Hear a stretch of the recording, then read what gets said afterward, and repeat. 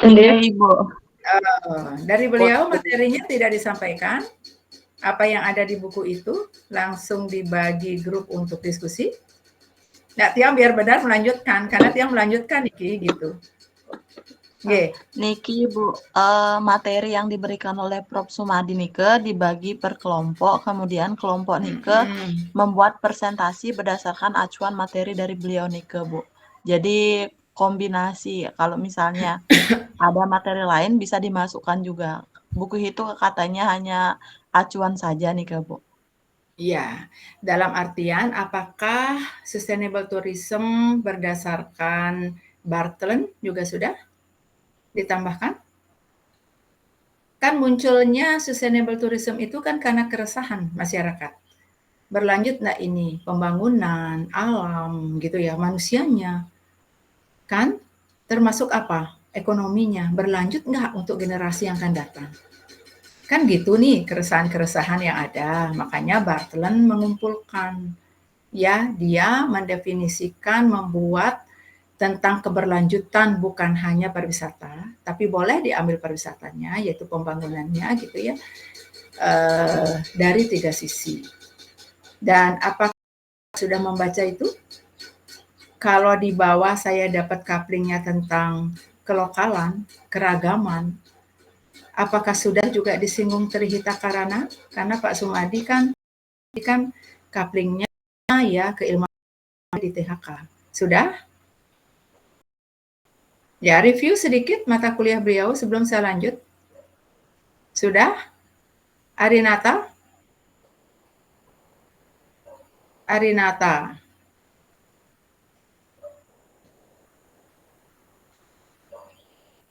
Ya, bisa Bu, dijawab? maaf, mohon maaf Bu, saya lagi di tempat kerja. Mohon maaf, bisa diulang Bu?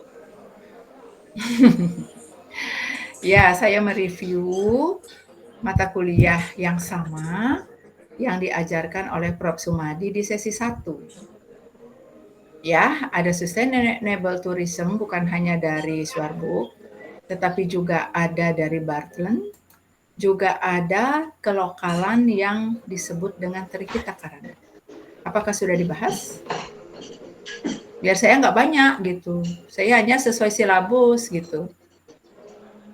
Sudah? Ampun, Gus. Maaf, kurang ingat. Oh, oke, sip. Kemudian yang, ya, oke. Yang dikeluarkan sebuah modul ataupun buku dari Kementerian Pariwisata Ekonomi dan Kreatif, sehingga empowerment-nya masuk di dalamnya, disinggungkah itu?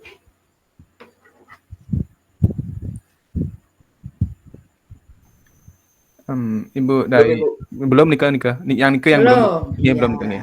Belum ya. Nanti coba kita cari di sela-sela kita membahas tentang sustainable tourism lanjutan. Karena kalau saya mengajar pasti berdasarkan silabus. Siapapun yang mengajar pariwisata berkelanjutan harus berpedoman pada silabus. Sehingga saya gampang. 1 sampai 7 materi disampaikan oleh Prof. Sumadi, saya 9 sampai 15. Itu dosennya harus begitu gitu ya, nggak boleh kemana-mana gitu ya. Jadi agak susah saya untuk melanjutkan. Kalau saya dengan dosen lain, kalau dengan Pak Gede Sutario pasti kontak. Apa yang sudah silabus ini jalan apa enggak ya. Syukurnya Dayu memberikan saya materi-materi yang sudah diberikan, gitu ya. Nah, paling tidak Anda akan nanti membahas banyak gitu ya. Tambah-tambahan nanti kita akan lihat slide-slide yang akan saya tayangkan. Gitu. Oke, yang hanya melanjutkan silabus 9 sampai 15 aja. Di sela-sela itu bisa nanti kita berdiskusi. Life cycle butlernya dijelaskan juga nih. Sampun. Bagaimana pengembangan ya sebuah pariwisata agar sustainable? Ya, itu ada fase-fasenya menurut Richard Butler. Sudah diberikan tapi belum? Sampel? yang ada involvement, yang ada consolidation, yang ada development, yang ada stagnan, ada rejuvenation and decline. Sudahkah itu diberikan juga? Ampun, Ibu Dayu, maaf nggih. Ya, Nggih, Nike Pak Nike Gusti. Nike durung Bu Dayu, karena yang Oh, di nggih belum. nggih, karena beliau, Pak Prof Nike, kan menyampaikan seperti yang Ibu baru sampaikan Nike tentang trikerane, menurut konsepnya beliau kenten, Nike diberikan Ah, di slide-nya nggih, artinya, iya. di konsepnya beliau Nike. Jadi kalau spesifik tentang, Bu Dayu sampaikan tentang, Richard Burton kan belum dibahas sama beliau, Nggih, nggih. secara spesifik nggih.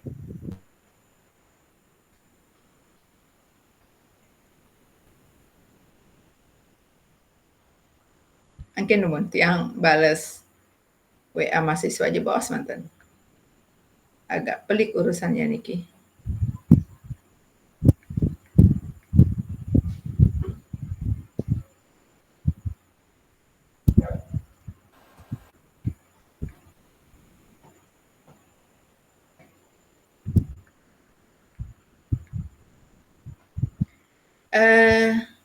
Terkait dengan 3 hal yang harus ada di sustainable tourism, apakah juga disinggung tentang triple bottom line?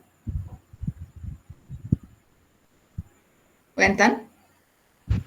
Dalam diskusi kelompok itu muncul Ibu, bottom line. Oh iya. Ya, tapi itu mesti jeli ya, tidak bisa ngambil-ngambil begitu aja. Itu akan Anda alami saat di semester 3 membuat proposal kemudian diujikan. Ya, saya membimbing dan menguji beberapa cutting Anda, gitu ya, terjebak. Karena itu adalah pada perusahaan sejatinya, ekonomi dalam perusahaan, tentang triple bottom line. Tapi memang agak mirip-mirip dikit. Nanti silakan Anda mencari pentahelik, ya, mencari tripartit, mencari juga iridekdoksi. Ya, apathy, desire, kemudian ya, yang seperti itu. Oke, baik. Saya udah dapat beberapa masukan dari rekan-rekan. Izin saya share screen dulu sekarang.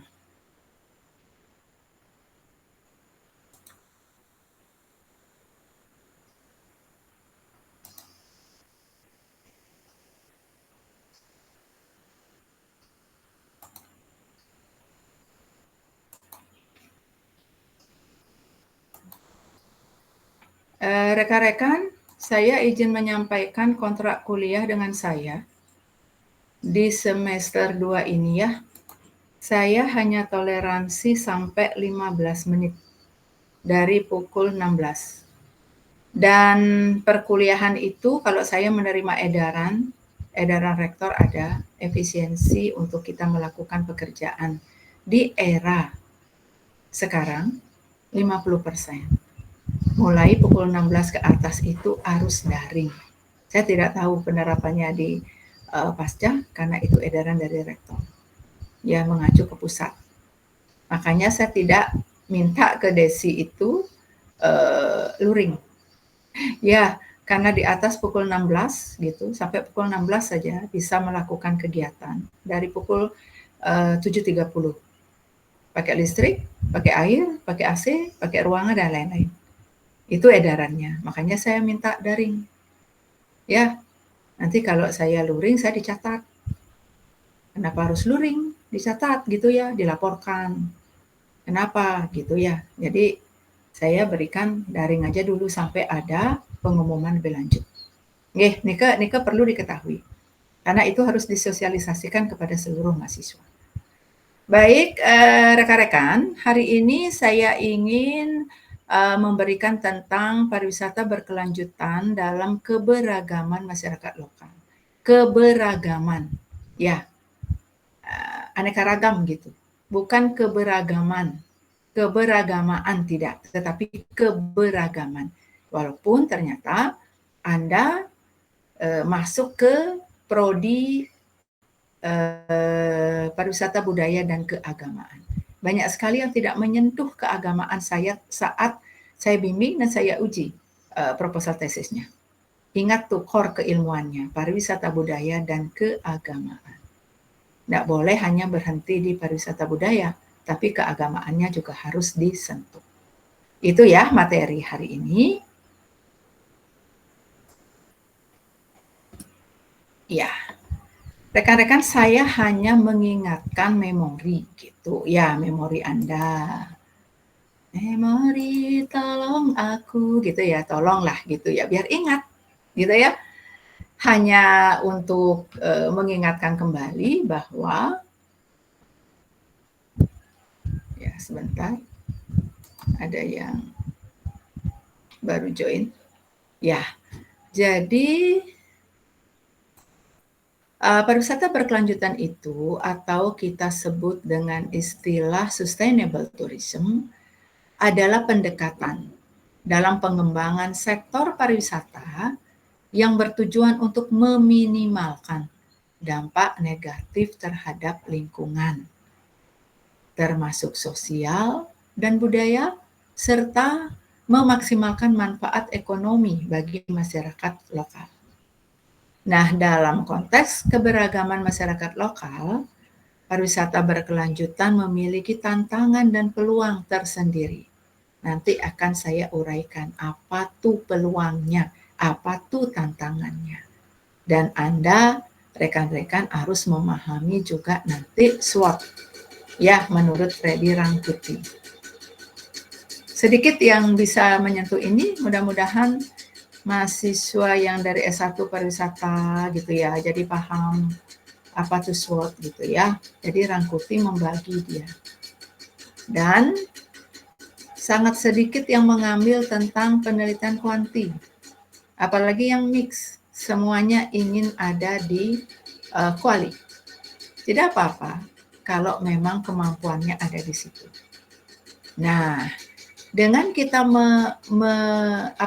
menginventarisasi ada faktor-faktor pendorong gitu ya, penghambat, ternyata ada peluang, itu pendorong. Ada kekuatan kalau di internal, matriknya IFAS-nya itu ya adalah kekuatan. Kalau penghambatnya ada pada weakness atau kelemahan yang ada di internal, dan ada tantangan.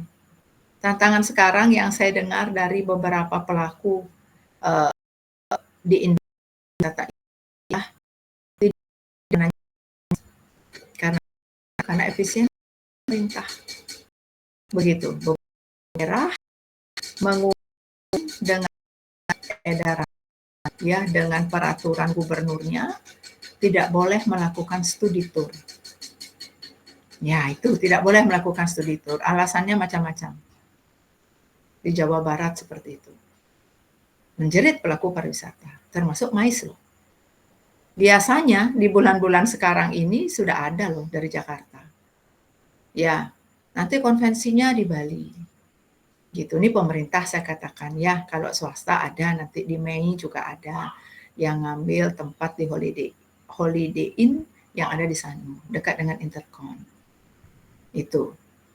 Nah, kalau dia sepi seperti ini, sementara beberapa koran, majalah pariwisata menyebutkan bahwa Bali itu over tourism, di mana itu persoalannya? Ya, penerbangan itu hampir penuh setiap hari.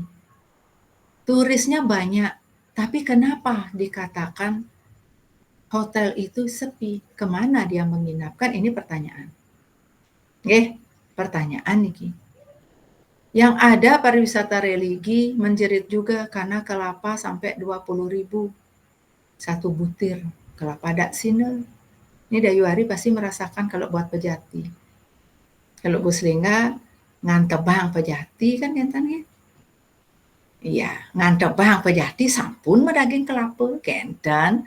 Nggih, sane ngaryani niki sane menjerit kendan.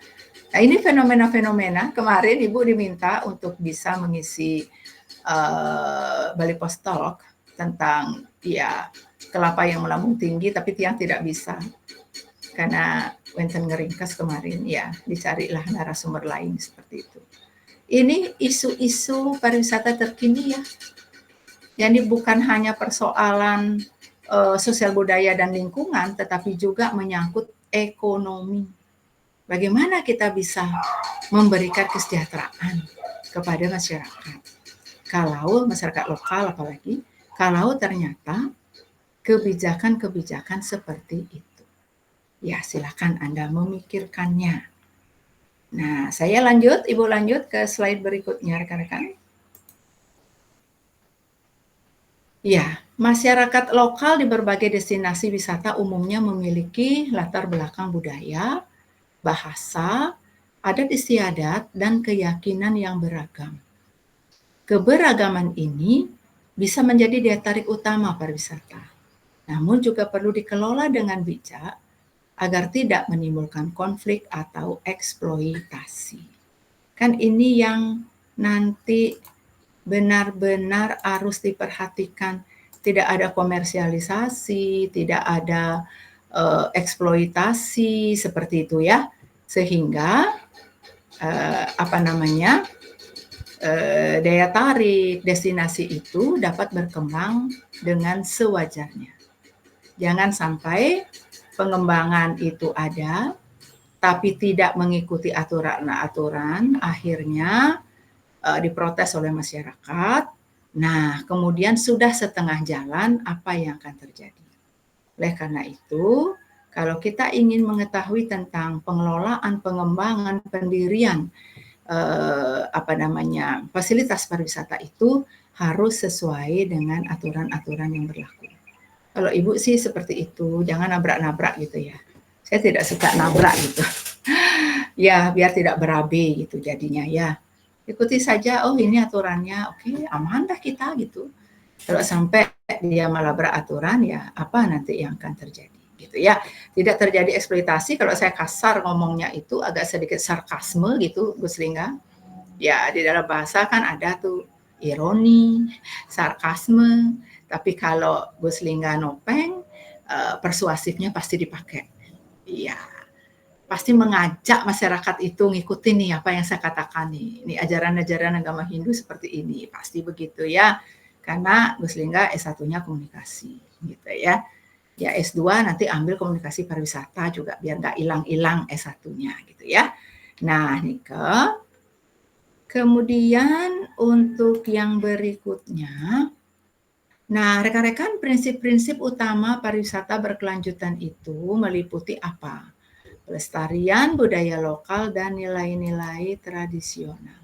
Kenapa ini harus dilakukan? Gitu. Saya ingin bertanya ke rekan-rekan Niki, yang mana disebut sebagai budaya lokal? Yang mana ada nilai-nilai tradisional yang harus ada pentransferan kepada generasi berikutnya dalam hal untuk pelestarian. Begitu. Silakan. Waktu kuliah tentang heritage tourism di semester 1 kan ada tuh warisan budaya nih. Warisan budaya nih kan harus dikonservasi, dipreservasi, ya, termasuk restorasi, ya, semua serba yang pewarisan-pewarisan seperti itu, budaya lokal. Ini yang menjadi daya tarik loh tersendiri. Ibu tahun lalu meneliti tentang pengembangan desa wisata Bongan. Ya, pengembangannya. Kemudian dia sudah berkembang sejatinya, sudah ada, tapi di stagnan dia sekarang. Karena apa? Karena sejak COVID-19 belum bisa bangkit lagi. Padahal kita sudah ada di new normal, endemi sekarang ini ya. Ya sudah normal-normal lah, bukan new lagi. 2022 di Mei itu baru new normal, sekarang udah normal gitu, udah normal banget. Tapi belum bisa untuk mengembalikan kejayaan di tahun 2018 saat desa wisata itu ditetapkan oleh SK Bupati. Jangan lupa rekan-rekan, kalau rekan-rekan mengambil rural tourism, desa wisata itu harus ditetapkan oleh Bupati melalui SK, ini harus dipegang. Ya. Kemudian tahun ini Ibu riset tentang heritage tourism yang ada di situs Kebo Iwo, Desa Bede. Apa kelokalan yang ada di situ? Ngaben tikus. Ya, rekan-rekan ya. Di Pura Pusat Bede setiap 2 tahun. Setiap nangluk merana, film ke-6. Kalau nangluk merananya kalau di daerah Tabanan dilaksanakan di Pura Pekendungan, nggih. Sedangkan ngaben tikusnya dilaksanakan di Pura Pusah Luhur Bede. Intan. Yang unik di situ ya nilai-nilainya adalah masyarakat di Ring Krama dan Desa Adat Bede memiliki satu pura pusah,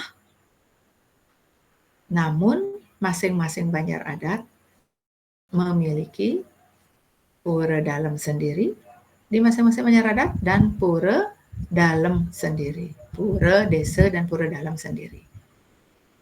Yang unik itu 32 Banjar, satu desa adat. Coba Gus Lingga bayangkan, dapat setiap tahun itu ya operasional dari disebut ya dibagi 32 Banjar. Akuda man Banjar niki.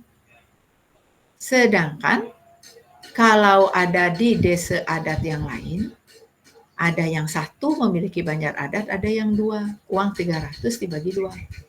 Ya, nah ini perlu pemikiran juga bahwa jangan melihat desanya gitu ya, tapi Banjarnya juga harus diperhitungkan gitu ya. Nah ini unik gitu. Kenapa harus seperti itu gitu ya?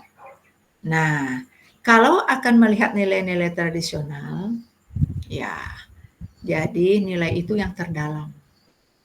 Kayak lagunya Ariel Noah, yang terdalam. Kalau Anda melihat kebudayaan, ada yang fisik, ya, ada yang visible, ada yang tangible, ada yang intangible. Yang tangible itu, ya, yang mana yang bisa untuk Anda lihat ada raba. Yang intangible yang tidak kelihatan, itulah berupa nilai. Ya, Ibu bersyukur, Dayu, Ari, Gus Linggang, ya, Desi. Tahun ini Ibu dapat ditugaskan oleh Bapak Kadisbud Provinsi Bali, ya, ikut melakukan kajian di Museum Bali tentang pecanangan. Yang pikir, Pabuan gitu. Dan untuk ngendak Ratu Betara, nih ke pecanangan wastane. Yang jadi anggen Minang, ya kalau Gus Lingga pasti disuguhi itu kalau akan hari pertama nih ke, walaupun kari trune kan ya pasti pecanangan atau dina dulu karena nih ke sekapur sirih penyambutan nih ke kentan ya dapatlah jadi untuk apa koleksi pewarisan nilai-nilai budaya lokal itu yang dapatkan gitu. Oke. Nanti silakan dicari tentang budaya lokalnya apa saja itu dan juga nilai-nilai tradisional. Kan ini yang kita miliki. Ya, ini yang kita miliki budaya lokal termasuk juga nilai-nilai tradisional di tengah gempuran pariwisata modern. Ya, rekan-rekan tahu ada Beach Club, ada Luna, ada Atlas ya yang bermasalah tuh. Yang Atlas kemarin kan bermasalah dengan masyarakat sekitar. Ya, ikut enggak Anda mengikuti enggak perkembangan itu kemarin? Nggih. Jadi orang sembahyang, kembang apinya masuk gitu. Kemudian Dewa Siwa dipakai sebagai latar belakang dari tayangan-tayangan untuk apa ya, disco dan lain sebagainya, lagu-lagu gitu. Itu rekan-rekan, seperti itu. Ya, di tengah gempuran itu tapi kita tetap memiliki apa nih? Kita memiliki budaya yang kita kalau bahasa dalam sirkuit budayanya sih kita jual gitu, kita komodifikasi gitu ya kepada wisatawan. Tapi jangan lupa ada yang mengangkat adik kelasnya itu tentang Sangyang Jaran. Kapan Sangyang Jaran bisa menjadi seni profan? Tapi di Bone ada, di Batu Bulan ada. Apa yang membedakan dia itu? Sangyang Dedari, Sangyang Jaran, kalau di Napi Wastane, Karangasem banyak sekali itu. Yang musabe nih ke wenten.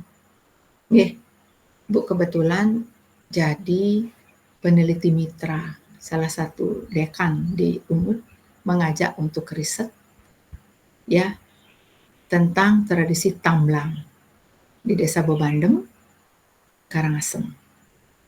Ya, ini yang harus Anda gali-gali ya, karena apa? Karena Megeret Pandan pun yang pernah diangkat oleh mahasiswa S3 Ilmu Agama, itu sudah dijadikan sebagai warisan budaya nasional. Megeret Pandannya. Nah, niki digali dari mitologi nanti ya, tentang nilai-nilai tradisional niki, apa yang harus kita warisi, apa yang harus kita lakukan gitu ya, tentang bagaimana semangat. Di Megeret Pandan niki kan penghormatan terhadap Dewa Indra. Ya, Dewa Indra kan dewa perang, dewa hujan juga itu. Ya, mohon biar dikaruniai ketangkasan gitu ya, kemudian semangat gitu ya untuk generasi muda.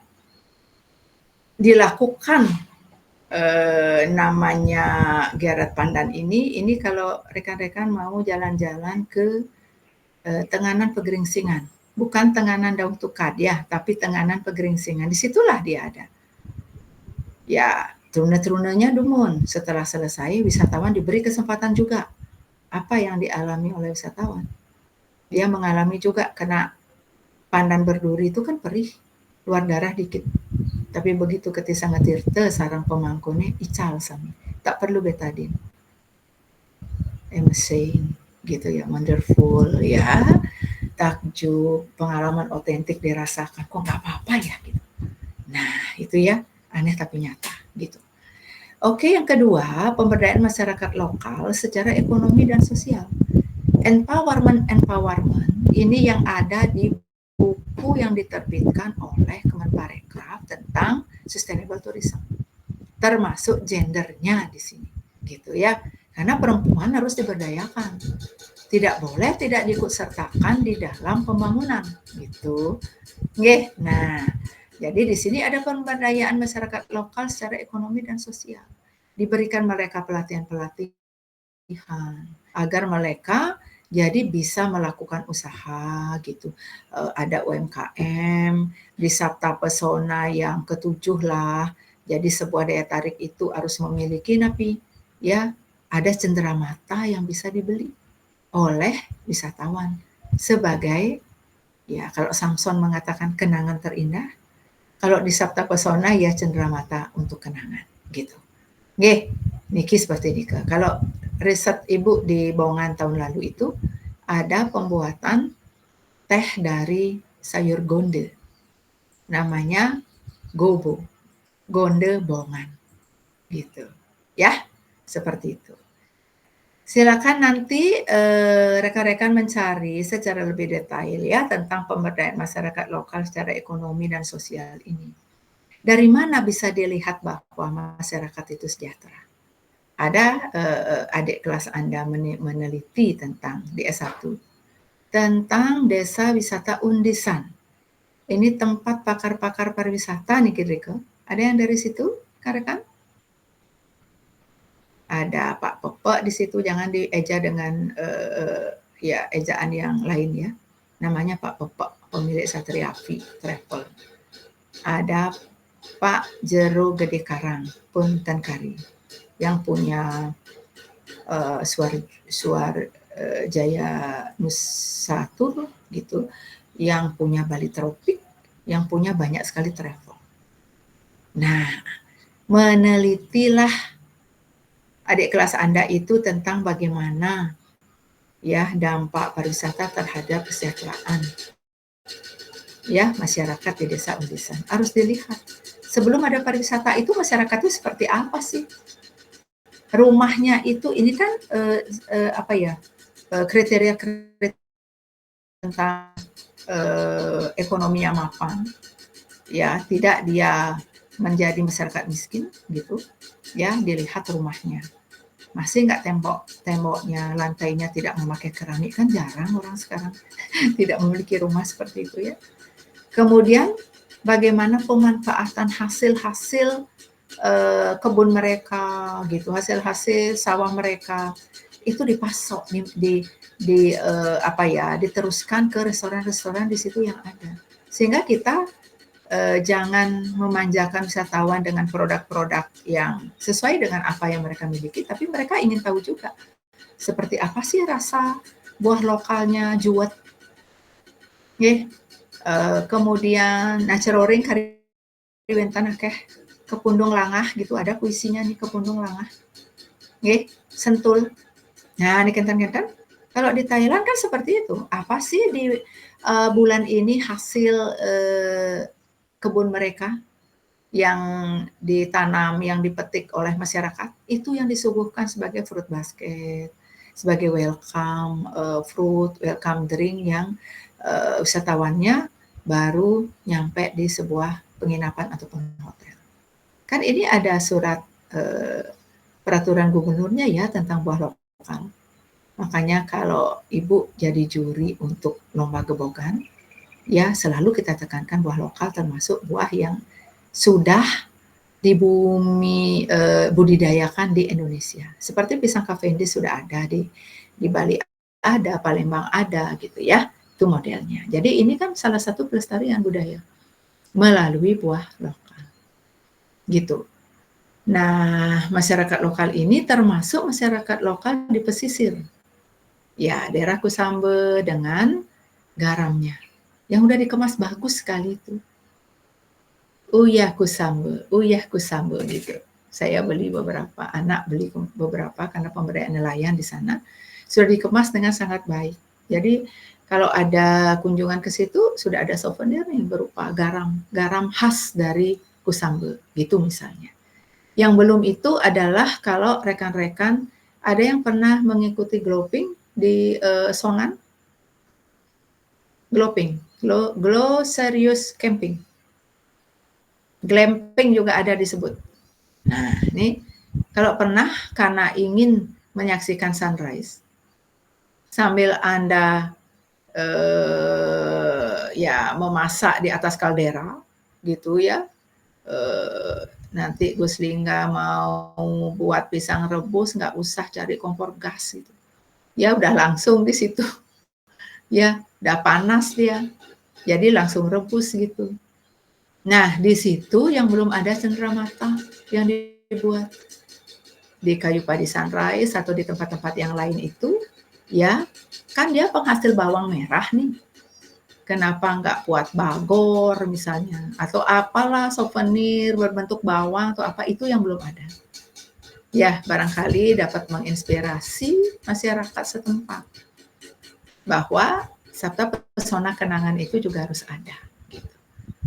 Ya, kemudian ada partisipasi aktif masyarakat dalam pengambilan keputusan.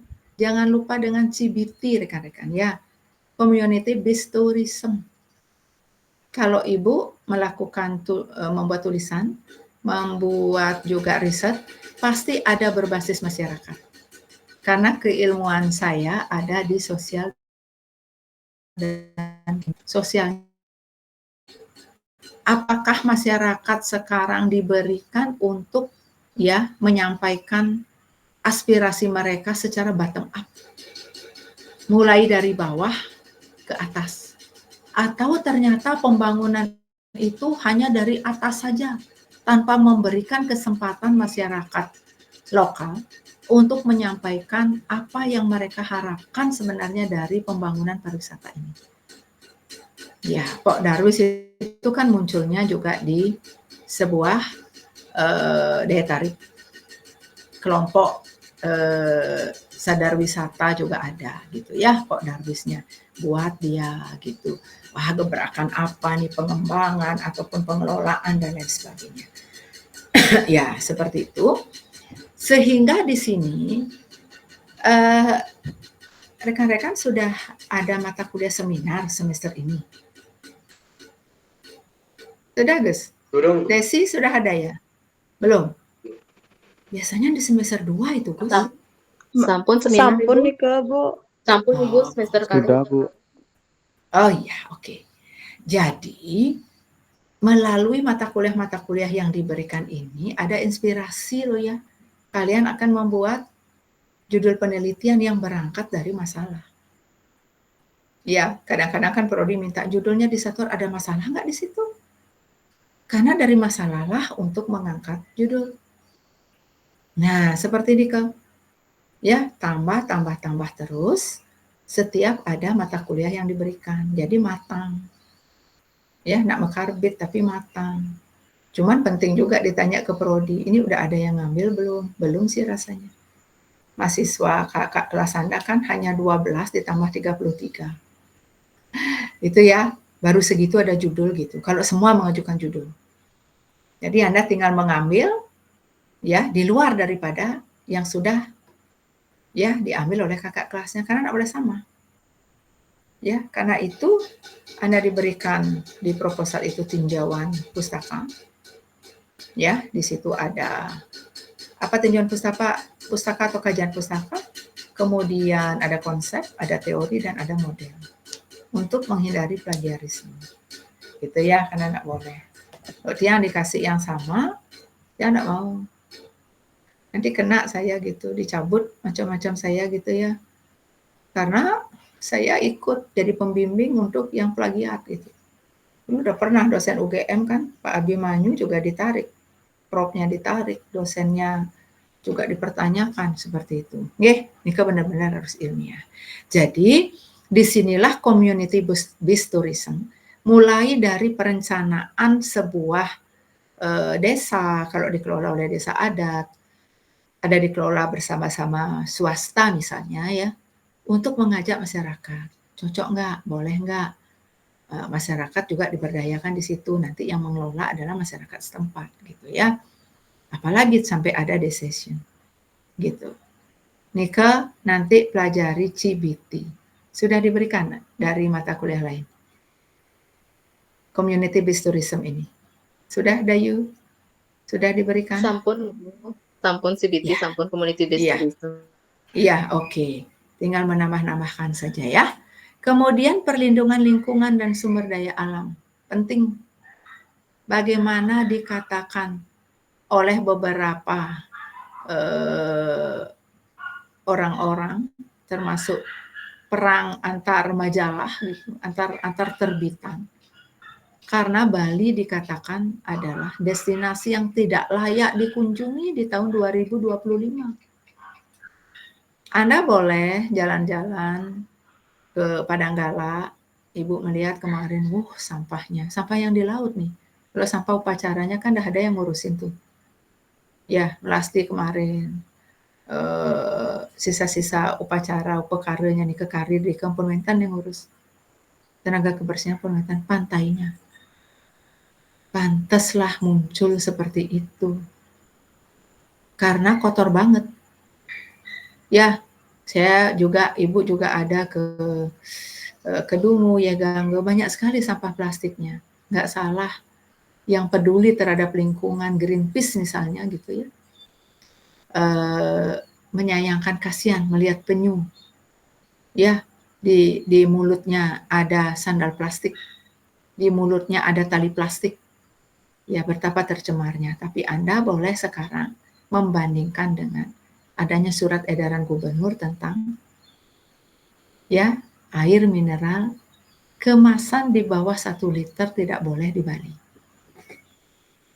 Tikus lingganope yang minta ngaturin aqua mini, aqua tanggungnya sih. Tan minta nih kok. Entah kapan itu akan dimulai. Yang menjerit para pengusaha dan kita yang di adat-adat ya. Ya ampunlah karya kan aqua gelas nih pasti sekian dos. Tadi wawu Ibu enten pacara ngaben ring antukan. Nggih, desa nyeda. Gampang enten kan ada gelas makin harus punya tumbler. Ya, itu karena faktor lingkungan. Karena ternyata plastik tidak bisa didaur ulang. Ya, karena dia bukan dari organik, dia akan menjadi kemasan plastik lagi. Apa yang akan dibuat, mau botol, mau apa gitu. Tidak bisa dia. Terurai sampai berapa puluh tahun pun tidak bisa. Itu plastik. Dan banyak makanan juga berisi mikroplastik. Nah, yang perlu Ibu garis bawahi di sini tentang lingkungan ini. Betapa kita memiliki Trihita Karana. Kan di Palemahan ini tempatnya. Yang ketiga ya, hubungannya dengan lingkungan. Betapa kita memiliki rich, many have rich gitu. Berapa kita memiliki ritual-ritual yang berhubungan dengan lingkungan. Ampun lewat jadi yang regalungan, tumpa uduh. Nah, dan ritual-ritual pemuliaan air. Kalau Anda ingin tahu juga tentang air, ada Ibu kolaborasi di book chapter dengan teman-teman UNHI yang diminta untuk menulis gitu. Air, tradisi, dan industri. Kemana industrinya? Karena ada rafting, satu, kemudian marine spot, wisata bahari. Itu ya, itu industrinya di pariwisata, gitu. Ya, jadi bagaimana perlindungan lingkungan dan sumber daya alam. Alam tidak dapat memuaskan kebutuhan kita.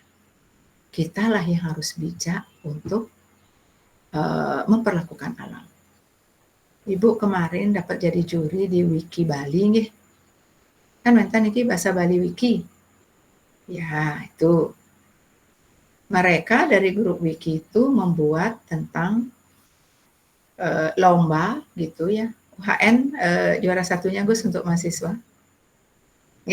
UHN juara satu. Tak ada kolusi saya sebagai juri. Ya, tapi dari 2 juri yang lain itu UHN dari sudut mahasiswanya dapat gitu, ada videonya, ada pendapat singkat, memerangi sampah upacara. Makanya sekarang kita sampaikan untuk kebijakan-kebijakan yang harus dibuat oleh Pak Gubernur misalnya untuk di provinsi.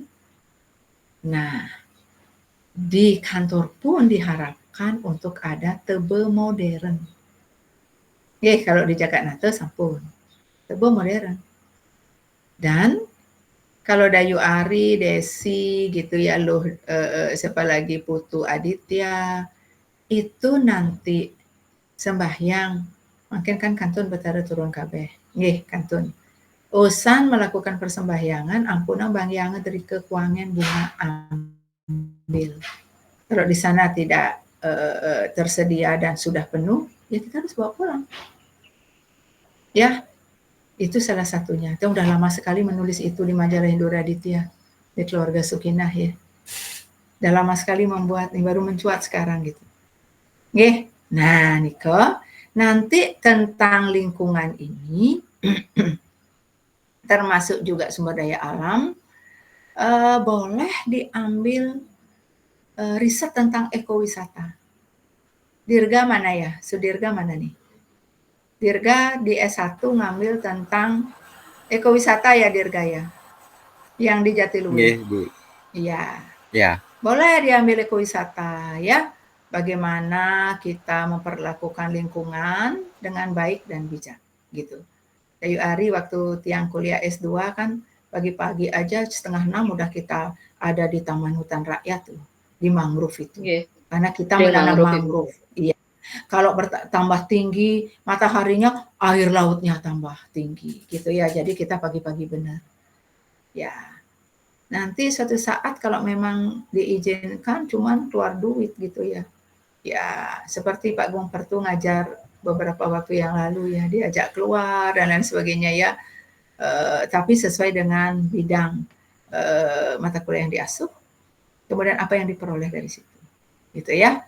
Nah, itu tentang perlindungan lingkungan dan sumber daya alam. Jadi, pariwisata berkelanjutan ini menyangkut tentang ekonomi, itu kan sudah ada Ibu buat ya, pemberdayaan masyarakat lokal secara ekonomi dan sosial, lingkungannya ada pada perlindungan, kemudian juga masyarakat dalam pengambilan keputusan diikutsertakan, bagaimana juga pelestarian budaya lokal dan nilai-nilai tradisional. Gitu. Ada pertanyaan di slide ini? Silakan. Kalau memang ada. Ada sedikit, Bu. Oke, siapa nih? Gus Lingga, Bu. Terus guys. Ibu juga kan sempat menulis di Subak Pacak tahun 2015 itu tentang ekowisata. Jadi ada yang menarik Bu, saya ingin tanya tadi juga kan Ibu singgung tentang Subak.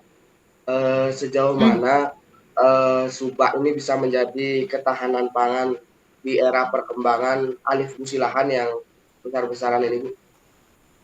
Ya. Kan Subak adalah pangan berkelanjutan di tulisan Ibu juga itu. Iya. Lumayan saya baca. Iya. Baik, nanti Gus Lingga, Ibu ukur dulu ya. Karena pertanyaannya sejauh mana? Berapa kilometer kah itu? Nggak bercanda nih Gus. Ya, juk-juk aja, bercanda gitu ya. Nah, ternyata Gus, Ibu kan jadi ahli sosial budaya di Museum Subak nih. Di tahun-tahun kemarin melakukan juga kajian-kajian 2 kali setahun gitu. Apa yang terjadi, Subak itu kan sistem irigasi nih, pembagian air. Nggih, oleh Pekaseh. Pembagiannya nih ke sirene polih mangkin. Ampun kenten dibagilah air nih ke nggih wenten empelane ya. Jengkungnya juga ada, kemudian temukunya juga ada kan kenten. Kenten niki sebenarnya pembagiannya itu yang disebut Subak sehingga disebut irigasi. Ya, Dirga kemarin bersama UNESCO ya Dirga ya membicarakan tentang ini juga gitu. Ternyata Ibu turun gitu ya di Subak-Subak yang ada di Tabanan lah, Wangayo termasuk sampai di Subak Bengkal itu yang paling terakhir, yang paling selatan dari Kediri dan yang pernah melakukan riset di situ, tapi tentang Banten dan ritualnya, ya. Alih fungsi lahan itu terjadi. Untuk apa? Kita tidak bisa menyalahkan 100% bagi yang melakukan alih fungsi lahan. Kalau dipakai sebagai fasilitas pariwisata, ini yang harus benar-benar diperhatikan. Apakah fasilitas pariwisata ini memerlukan air? Pasti paling banyak. Yang pernah jadi moderator waktu sarasahan PKB ya tentang air. Tentang air nih, Pak Yuda Tribuna, jadi narasumber Prof. Suarke, Prof. Jampel, termasuk juga Prof. Darwo Putra. Banyak sekali loh menghabiskan air, termasuk kalau punya garden and lapangan golf. Banyak itu, tapi diberikan juga untuk edukasi. Kalau Anda gosok gigi di wastafel, selama Anda gosok gigi, mengalir nggak air kerannya? Jawab jangan jujur. Dimatikan harusnya ya. Begitu akan kumur-kumur baru dihidupkan. Itu kan udah penghematan. Dah ya. Nah, karena terjadi alih fungsi lahan inilah, makanya alam ini menjadi tidak terlalu bagus. Karena tanah di atasnya itu udah dibangun dengan bangunan-bangunan. Ya, BTN, perumahan itu yang menyebabkan.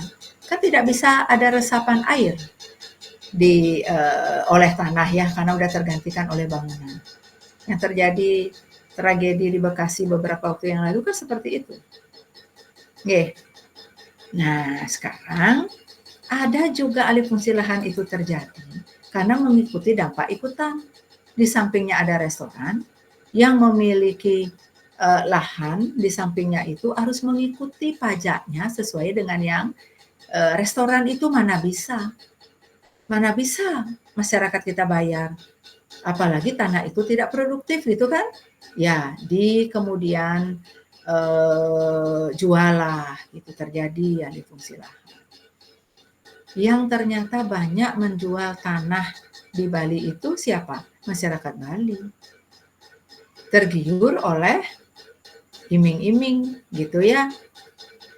Namun ada pertahanan yang bagus Gus tentang Subak niki seperti ring Subak Demung. Masyarakatnya tidak pernah mau untuk menjual sawahnya apalagi untuk perumahan. Nggak mau. Kapan masyarakat saya sudah tidak lagi makanan pokoknya beras, waktu itulah. Gitu. Itu ada pertahanan seperti itu sehingga tidak terjadi alih fungsi dan air cukup terjaga. Orang bisa bersawah itu kan kalau ada air. Ibu pernah turun nih sampai di Subak Rijasa, Dirga. Sudah nyaplak-nyaplak nih ya petaninya, dah membentuk nih lakar nanam boleh gitu. Kering sadaya hijaleh terus. Ini yang menjadi sorotan. Ya, makanya ada World Water Forum beberapa waktu yang lalu. Ya, jadi bagaimana dunia ini memerhatikan juga. Air ini harus dibuatkan forum juga dalam hal pengaturannya. Ditirulah Subak kita. Sehingga di Museum Subak itu sekarang tidak lagi namanya Museum Subak, Water Museum. Dia kasihan juga gitu, hilang identitas Subak. Dipakai Water Museum, Dirga. Ibu bajak jalan-jalan, Gus Lingga ya. Ibu udah diajak jalan-jalan sebelum dibuka nih museumnya ini. Oh, gini loh sistem irigasi di Cina, gini loh di Korea, gini di Jepang. Terus Subak Rago Rijo gitu. Dapatlah kita di lantai 3. Nanti 1-2-nya dimiliki oleh internasional itu. Itu keberadaannya Gus Lingga. Tapi ada hal yang memang harus kita tegaskan. Harus ada juga tinjauan, harus ada juga mungkin sanksi yang bisa diterapkan kalau terjadi alih fungsi lahan yang begitu banyak sehingga mengancam kehidupan kita. Mana pernah kita mengalami banjir rob? Ya, seperti itu. Ya, bah gitu. Kalau dilihat dari zaman dulu, baru sekarang ini. Ya karena marak begitu. Pembangunan-pembangunan itu dibuat gitu ya. Gedung-gedung dibuat tanpa memerhatikan kemana nih saluran airnya, dipotong sungai begitu saja. Itu loh banyak sekali. Ibu pemerhati saja. Ya, pemerhati saja untuk di lingkungan. Karena peka juga terhadap isu-isu seperti itu. Dikatakan pariwisata yang ini. Saya kan Ibu selalu gini, jangan dong mengambing hitamkan pariwisata. Justru pariwisata itu melestarikan melalui ekowisata dan agrowisata. Apalagi edu-tourism. Keto kan Ibu jawab, Dirga. Gitu ya. Nah, di tengah kemudian sekarang tarif dari Trump ya, berapa kita kena 32%. Nah, ini apa yang bisa kita impor, apa yang bisa kita ekspor kan gitu. Yang mana aja kita impor, yang mana kita ekspor ya karena kita di alam ini menghasilkan banyak tapi belum mampu kita olah. Sawit ya kita kirim sawitnya. Bukan menteganya, bukan margarinnya, bukan minyaknya. Karena kita mengirim bahan baku. Kan nilainya kecil tuh. Padahal penghasilnya dari Indonesia yang dikirim ke Amerika itu semua. Oleh karena itu, kita tidak berhenti di ritual ya, Gus Lingga, untuk pelestarian Subak niki. Tapi bagaimana aksi? Karena terletak di desa adat niki. Walaupun Subak bukan ada di desa adat, dia sendiri itu, irigasi yang tersendiri gitu ya. Nah, kemudian kenapa Ibu hubungkan dengan adat? Karena di desa Ibu tidak boleh menjual tanah. Itu ya. Yang bisa kita lakukan silakan mau sewa. Ya tapi janganlah sampai seketiban, telungase tiban. Anak cucu besing nawang tuh sekali rago tuh ngelah nu sertifikate dice gitu ya. Ya, karena ternyata ininya apa namanya? Jangka waktu terlalu panjang. Ya, karena itu kita harus save our planet gitu ya. Save our earth gitu. Ya, menjaga Ibu Pertiwi, menjaga apa tejo bayu akase dengan baik. Terletak pada manusianya dan pada kebijakan-kebijakan yang dikeluarkan oleh pemerintah juga. Gitu. Nggih. Ya, kita berusaha bukan hanya menjaga saja tapi aksinya gitu, lestarikanlah seperti apa seharusnya air ini gitu ya. Kalau semua memakai air bawah tanah lama-lama nggak ada air nih. Gitu ya. Sementara PAM ya ada tapi kelebit-kelebit gitu ya. Tabanan yang banyak punya toye-toye gitu ya, termasuk ya hempas gitu ya, banyak sekali ada. Ya sungi ada gitu ya. Nah, itulah yang harus dilakukan. Nanti Gus Lingga cari data. Berapa alih fungsi lahan yang sudah terjadi di Bali misalnya. Berapa are yang terdampak gitu ya. Harus ada. Kalau mahasiswa kan tidak boleh hanya mengatakan alih fungsi lahan terjadi, tapi data akuratnya harus ada. Darah Nike Dumun, nanti kita analisis. Gitu ya, siapa tahu ini yang akan diangkat menjadi tesis gitu. Melalui ekowisata gitu ya. Nggih, Gus. Pentan pendapat Gus silakan atau teman lain sebelum saya beralih ke slide. Nggih. Pentan. Belum. Yang lain silakan berpendapat. Dirga boleh, silakan. Untuk tiang belum, Ibu. Oh iya, oke, enggak apa-apa. Pengalamanmu cukup ya untuk ada di Subak-Subak ini ya. Dengan UNESCO kemarin ya. Jadi Subak Bengkelnya sudah menjadi site UNESCO. Saya senang gitu karena saya dapat riset di situ. Kemudian jadi site UNESCO. Ya. Saya langsung kemudian WA bendesanya gitu, perbekalnya Pak Wahyu gitu ya. Ya udah ikut berpartisipasi. Ya itu aksi-aksi yang bisa kita lakukan. Ya, oke. Saya lanjut dulu. Nah, ini sudah di sumber daya alam. Baik. Kemudian kita akan analisis rekan-rekan. Kita melakukan analisis untuk ada peluang ya, ada tantangan di dalam hal budaya lokal ini hubungannya dengan pariwisata berkelanjutan. Nah, kita melihat peluang rekan-rekan. Peluang ini kan opportunity. Jadi opportunity yang bisa kita lakukan kajian dan lain sebagainya adalah daya tarik wisata berbasis budaya rekan-rekan.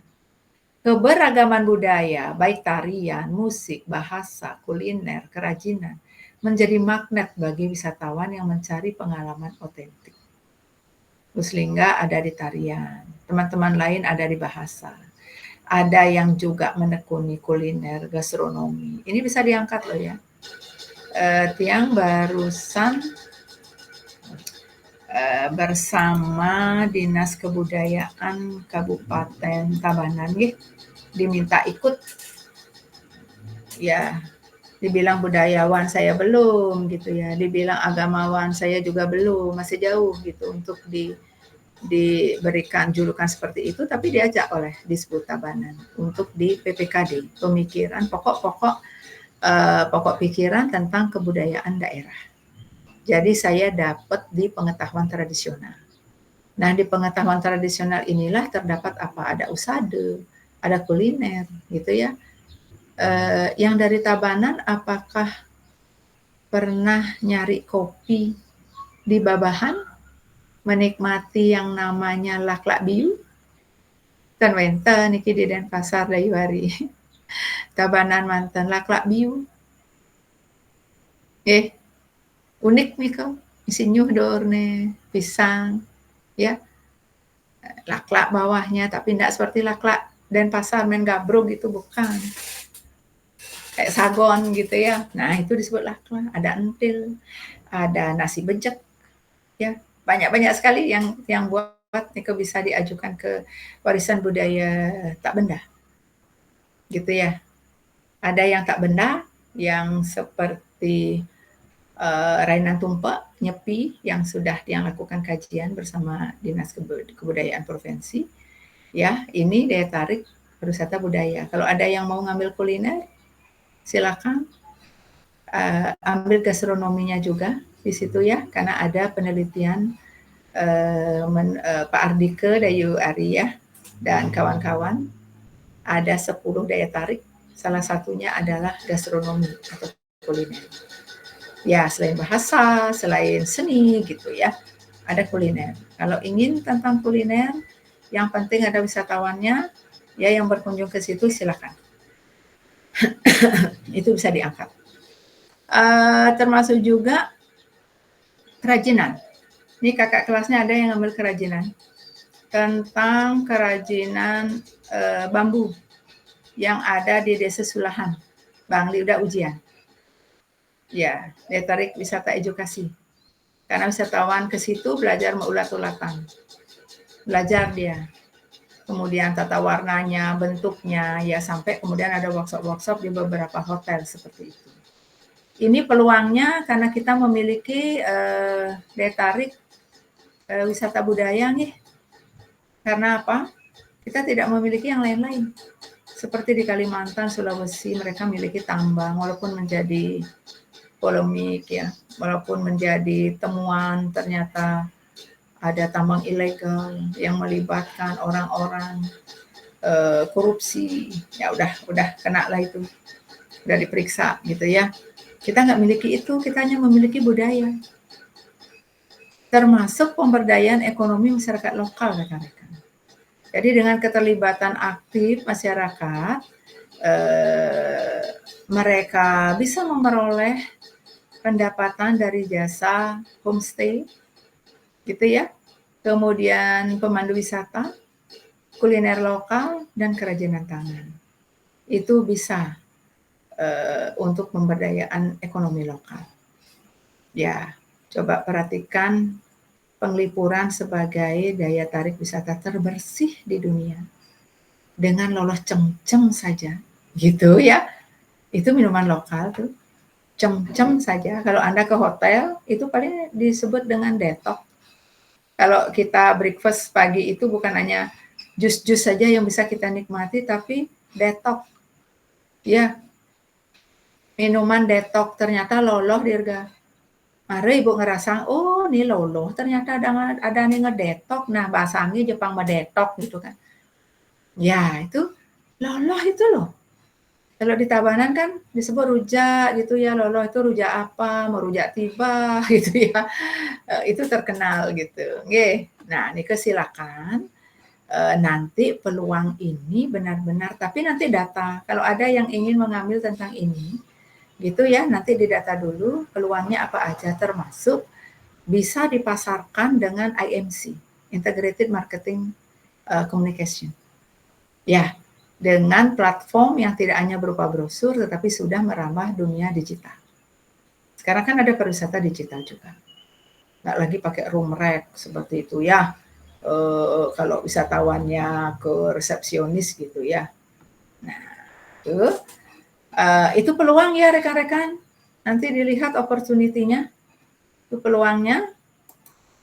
Kita sekarang melihat ada juga peningkatan rasa bangga terhadap identitas budaya.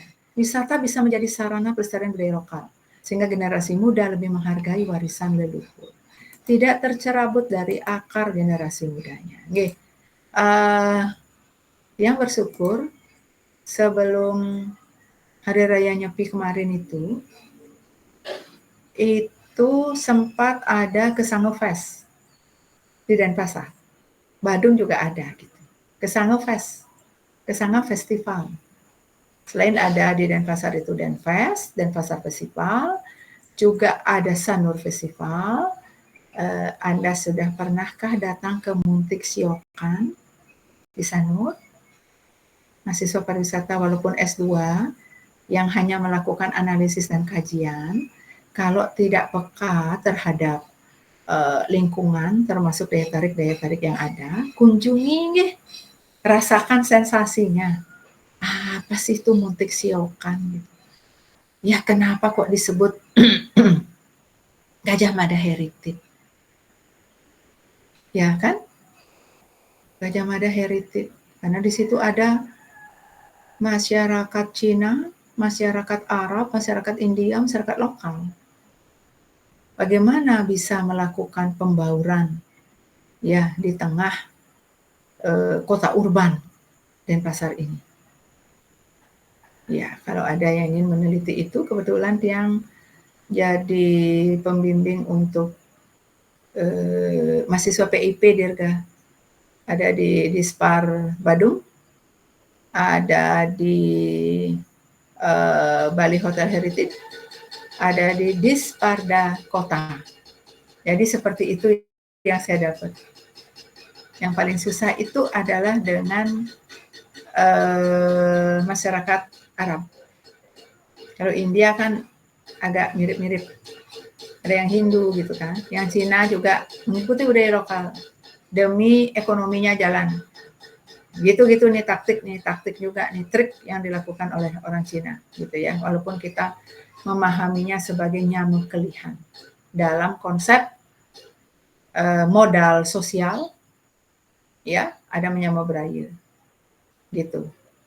Kalau Muslim kita akui sebagai nyamuk selang.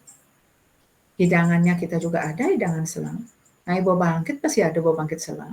Bukan hanya pakai pig, pork, gitu ya. Tetapi juga pakai bebek bisa. Selam itu tidak disentuh oleh BABI, gitu ya. Ya, jangan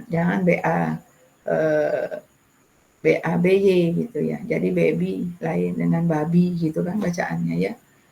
Nah, itu rekan-rekan. Jadi disitulah bagaimana generasi muda loh yang membuat Kesanga Festival ini. Saya dapat kesempatan bicara tentang Banten Prani dari sudut 3 kerangka agama Hindu dan filosofi sumber. Gitu. Saya harus cari sumber-sumber, nggak bisa asal ngomong, asbun nggak boleh. Di mana ini ada Yadnya Prakirti, di mana ini ada Widi Sastro, kita harus menyampaikan kita dari mana sumber-sumbernya itu. Ini generasi muda loh di Denpasar yang membuat itu. Ya saya bersyukur selesai itu angin ngelinus, state terangkat semua.